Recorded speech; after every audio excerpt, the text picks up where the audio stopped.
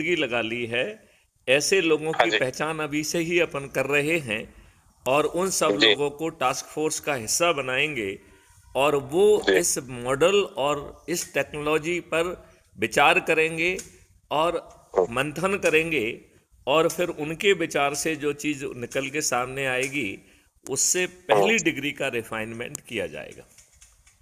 हम्म। पहली डिग्री के रिफाइनमेंट के बाद फिर 15 दिन तक सब्जेक्ट हम्म। एक्सपर्ट से ये लाइव चर्चा होगी और उसकी चर्निंग से जो चीज़ निकल के आएगी उससे हम्म। सेकंड डिग्री का रिफाइनमेंट किया जाएगा। जी।